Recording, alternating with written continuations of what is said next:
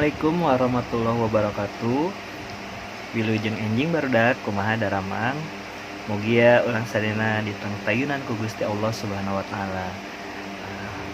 Untuk hari ini pelajaran bahasa Sunda, silakan buka buku paketnya. Halaman kita lanjutkan yang kemarin, halaman 21 sekarang.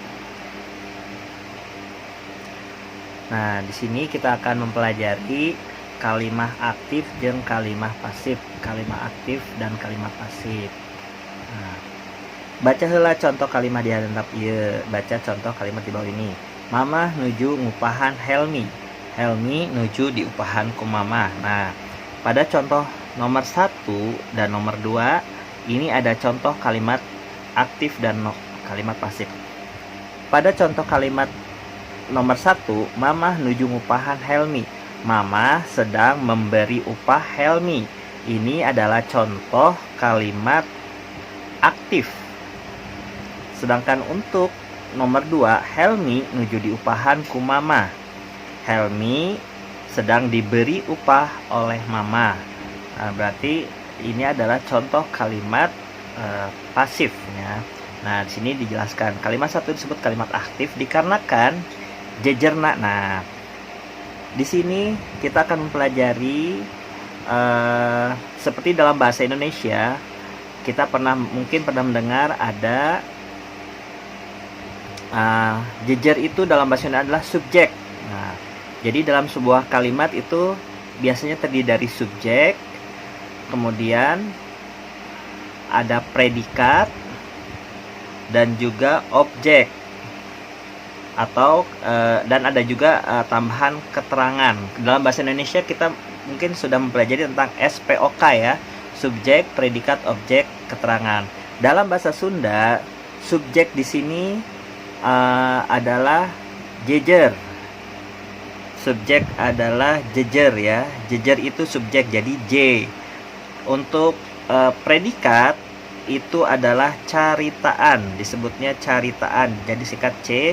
Sedangkan untuk objek tetap objek. Jadi kalau dalam bahasa Sunda, kalau SPOK itu SPO, subjek, predikat, objek adalah jejer, caritaan, dan objek, seperti itu ya.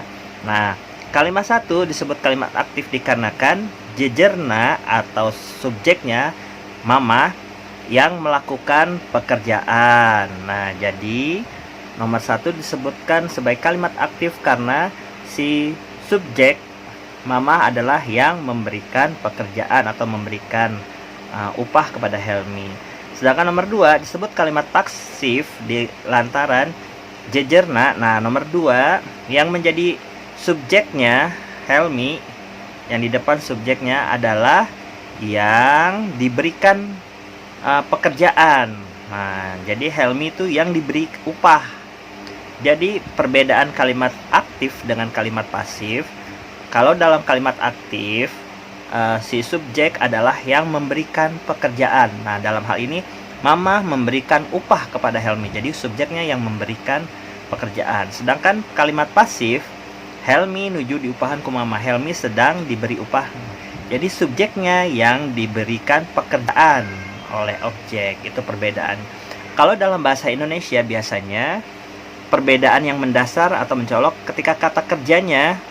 Misalnya ini dalam bahasa Indonesia, mama sedang memberi upah Helmi. Nah, jadi memberi ya, kata kerjanya adalah memberi. Sedangkan nomor 2, Helmi sedang diberi upah. Nah, kalau untuk kalimat pasif diberi, berarti ketika perbedaannya adalah kalau kalimat aktif itu disisipi me, sedangkan kalimat pasif itu adalah di. Nah, seperti itu contohnya ya. Nah ini mamah jejer atau subjek nuju ngupahan, caritaan atau predikat, Helmi objek. Helmi kalau di kalimat pasif, Helmi sebagai subjek, nuju diupahan adalah caritaan atau predikat, ku mamah adalah objek, seperti itu. Nah, seperti itu ya. Mudah-mudahan mengerti. Silakan kita buka halaman selanjutnya. Nah, ini contoh ya. Nah, ini adalah contoh kalimat. Coba rubah kalimat aktif di bawah menjadi kalimat pasif. Contohnya, Dudi beli buku di toko. Dudi sedang membeli buku di toko. Menjadi kalimat pasif menjadi buku dibeli Dudi ku toko. Nah, jadi untuk merubah kalimat aktif menjadi kalimat pasif, kita lihat dulu sebagai subjeknya atau jejernya adalah Dudi, meli adalah caritaan atau predikat. Nah, buku adalah sebagai objeknya. Kalau di toko adalah keterangan ya, kalau dalam bahasa Indonesia gitu. Nah, kalau merubah kalimat aktif menjadi kalimat pasif, berarti yang tadinya objek itu menjadi subjek. Jadi yang objek dikedepankan, buku. Nah, yang tadinya meli, caritaannya meli, menjadi di. Ya kan tadi kalau dalam bahasa Indonesia memberi, itu adalah kalimat aktif, sedangkan diberi adalah contoh kalimat pasifnya. Jadi menjadi di. Buku dibeli. Nah, yang tadinya awalnya subjek menjadi objek, dikebelakangkan. Buku dibeli Dudi ku toko, seperti itu. Kita contoh nomor 1 ya. Mangkarta kernien anyaman. Nah, mangkarta itu adalah jejer atau subjek. Kernien anyaman, sedang membuat anyaman. Nah, kernien itu berarti caritaan atau predikat. Anyaman adalah objek. Untuk merubah kalimat aktif menjadi pasif, berarti kalimat objek dijadikan jejer atau subjek. Berarti dikedepankan. Anyaman berarti isinya adalah yang pertama anyaman. Nah, yang jadi caritaan predikat atau yang pekerjaannya kernien, berarti anyaman kerdijieun. Jadi nyieun jadi dijieun. Sedang dibuat, tadinya membuat, jadi sedang dibuat oleh Mangkarta ya. Nah, Mangkarta menjadi objek. Jadi Mangkarta kernien anyaman. Jadi anyaman kerdijieun Mangkarta. Jadi yang tadinya objek dibalik menjadi yang tadinya subjek jadi objek, yang jadi objek jadi subjek, seperti itu. Untuk nomor 2, Kang Sodik ngarautan awi keur langlayanan. Kang Sodik misalnya ini adalah sebagai jejer atau subjek. Ngarautan awi, ngarautan adalah predikat atau caritaan pekerjaannya. Awi adalah objeknya. Nah, langlayangan di sini adalah keterangan. Berarti ketika merubah kalimat pasif atau aktif menjadi pasif, kita berarti adalah objeknya menjadi subjek. Jadi awi berarti yang di depan. Awi. Nah, di sini adalah awi ya. Bambu, kan tadinya Kang Sodik sedang meraut bambu untuk untuk menjadi langlayangan atau layang-layangan. Berarti awi dirautan Kang Sodik keur langlayangan. Jadi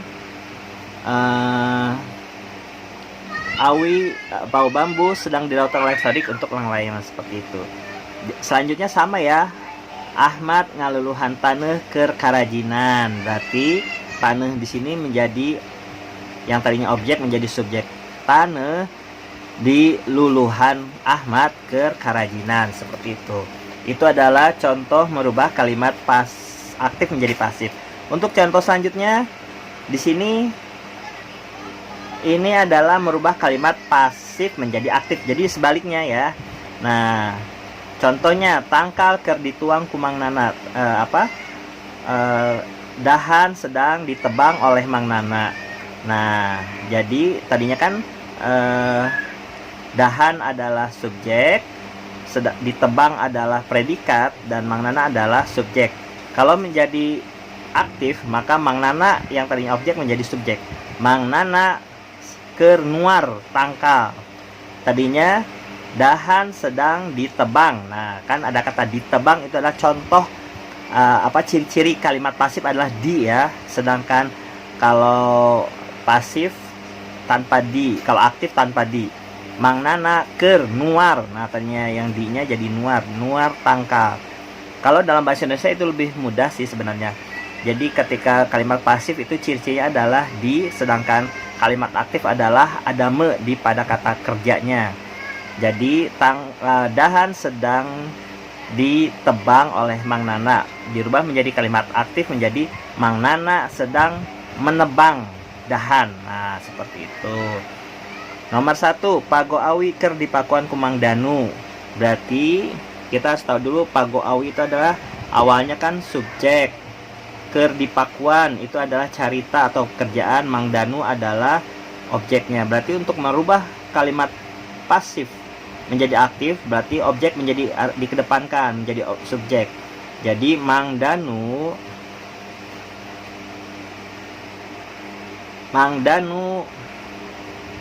ini kan dipakuan, berarti Mang Danu keur makuan, keur sedang makuan. Jadi di-nya dihilangkan, keur makuan Pago Awi. Jadi Mang Danu sedang memaku bambu, seperti itu. Nomor 2, rak buku tina hoe dibeli ku Maman. Rak buku dari kayu dibeli, dari rotan dibeli oleh Maman. Jadi Maman meli rak buku tina hoe. Nah, seperti itu. Bolu disepan ku Ina. Jadi Ina keur nyepan bolu. Nah, seperti itu ya cara merubah kalimat aktif kalimat pasif. Kita lanjutkan lagi, contohnya cukup. Untuk pada nomor 4 ini hanya membuat kalimat dari yang ditambah atau disisipi kalimat ing dan ning ya, seperti itu. Lanjut aja. Nah, untuk yang nomor 5, menyusun kalimat alasan. Kita menyusun kalimat alasan. Contohnya, dadan teka sekolah. Yang B-nya dadan udur, C-nya dadan teka sekolah kumargi udur. Nah, ini di A ada dadan tidak pergi ke sekolah. Nomor B-nya dadan sakit. Nah, nomor C ini berarti menggabungkan antara A dan B. Dadan tidak ke sekolah karena sakit. Nah, contoh kedua, Wawan kaberangan ka sekolah. B-nya Wawan imahna jauh. C-nya Wawan kaberangan ka sekolah lantaran imahna jauh. Wawan kesiangan berangkat sekolah. Wawan rumahnya jauh. Nah, ketika digabungkan C jadi Wawan kesiangan ke sekolah dikarenakan rumahnya jauh. Nah, jadi ini contoh ini caranya dengan menggabungkan antara A dan B dan ditambah ketika digabungkan. Nah, dadan jadi ditulis dulu yang di C-nya yang A ditulis semua dadan teka sekolah. Nah, ketika yang B subjeknya sama ditulis, berarti untuk yang di C dadannya tidak ditulis lagi. Nah ya, tapi diganti atau ditambahkan kata kumargi atau lantaran. Kumargi itu dikarenakan ya, udur sakit. Nah, ditambah kata kumargi atau lantaran. Dadan tidak sekolah dikarenakan sakit. Nah, Wawan kesiangan ke sekolah dikarenakan rumahnya jauh, seperti itu. Contoh, nah, Ibro nyeri beteng. Ibro sakit perut ya. Ibro sakit perut. Artinya, Ibro dahar tambarakan. Ibro makan sembarangan. Nah, seperti itu, makan makanan sembarangan. Berarti ketika menjadi kalimat alasan, menyusun kalimat alasan, yang C kita tulis lagi yang A-nya. Berarti Ibro nyeri beteng. Nyeri beteng. Nanti tinggal ditambah. Ini kan digabungkan antara A dan B. Ibro nyeri beteng. Nah, kenapa Ibro sakit perut? Dikarenakan, boleh ditambah kumargi atau lantaran. misalnya lantaran ya, lantaran. Nah, dikarenakan ini subjeknya ditulis kembali, jadi yang di B nggak usah ditulis ya ibronya. Jadi lantaran dahar tambarakan. Ibro sakit perut dikarenakan makan sembarangan. Nah, nomor yang B, nomor 2, Ponten rapot Dudi bagus. Dudi rajin menghafal atau rajin belajar. Nah, berarti nilai rapot Dudi bagus. Punten rapot Dudi alus. Kumargi, nah, ditambah kumargi, ininya nggak bisa tulis. Kumargi getol ngapalkeun. Nah, ponten rapot Dudi alus, kumargi getol ngapalkeun. Ponten nilai rapot Dudi bagus dikarenakan rajin belajar atau rajin menghafal, seperti itu. Barudak saruka bunga, sakola bakal pere. Nah, barudak sangat senang dikarenakan barudak sangat senang sekolah akan libur. Nah, ini dikarenakan di sini subjeknya tidak ditulis ya, berarti ini ditulis semua. Barudak saruka bunga, kumargi sakola bakal pere. Nah, ini mah ditulis lagi karena tidak ada barudaknya. Barudak saruka bunga, barudak sangat senang. Kumargi atau kulantaran sama aja sih, boleh yang mana. Kumargi sakola bakal pere, seperti itu. Nah, sama ya semuanya juga nih seperti itu. Barudak marake baju bebas, barudak meluan pasang giri tari. Nah, berarti di sini untuk C, A-nya ditulis dulu. Barudak marake baju bebas. Lantaran, nah ininya nggak usah ditulis. Lantaran miluan pasang giri tari. Murid kelas 6 jadi pinunjul tari, murid kelas 6 narina alus. Nah, jadi untuk susunan kalimat alasannya adalah murid kelas 6 jadi pinunjul tari lantaran narina alus. Nah, karena ini kan sama, berarti ini nggak dibawa. Kalau yang ada sama berarti nggak usah dibawa lagi subjeknya. Ini sama, murid kelas 6 menang piala, murid kelas 6 jadi pinunjul tari. Berarti C-nya murid kelas 6 menang piala kulantaran jadi pinunjul tari. Barudak kelas 6 getong ngapalkeun, barudak kelas 6 hayang lulus ujian. Barudak kelas 6 gartong ngapalkeun kulantaran hayang lulus ujian. Nah, seperti itu. Nah, nomor 8-nya, Bu Lilis ente ngaulang ka kelas, Bu Lilis nuju tenamang. Berarti di sini adalah Bu Lilis ente ngaulang ke kelas, kumargi nuju tedamang. Nah, murangkali dibubarkan waktu jam istirahat, guru-guru bade aya rapat. Murangkali dibubarkan waktu istirahat. Nah, dikarenakan ini subjeknya berbeda, jadi ditulis lagi kumargi guru-guru bade aya rapat. Kalau yang tidak ada sama antara ininya, berarti ini tulis semua. Tapi kalau ini barudak ke latihan ngawih, barudak rek miluan pasang giri kari. Berarti barudak ke latihan ngawih lantaran. Nah, ini barudaknya nggak usah, lantaran rek miluan pasang giri kawih. Nah, mungkin itu saja materi yang disampaikan pada kesempatan kali ini. Untuk latihan silakan kerjakan saja ini. Latihan ulangannya ya, pilihan gandanya saja. Silakan dikerjakan. Andai kata tidak bisa melalui GCR, boleh dikirim melalui WA. Mungkin itu saja materi yang dapat Bapak sampaikan. Mohon maaf apabila ada kekurangan. Billahi taufiq wal hidayah. Assalamualaikum warahmatullahi wabarakatuh.